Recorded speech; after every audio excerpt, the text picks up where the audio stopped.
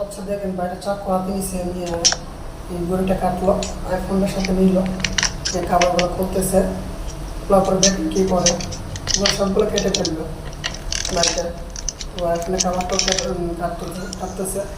তো স্কেচে নোট দিল, এই গানটা লাগাইতেছে।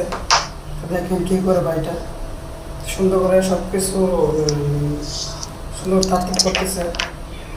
তো ওগুলো করতেছে, সুতা দিয়ে বাঁধতেছে। কি দক্ষ একটা বেস্তুর ভাই ওনার প্রেমিকাকে দেওয়ার জন্য।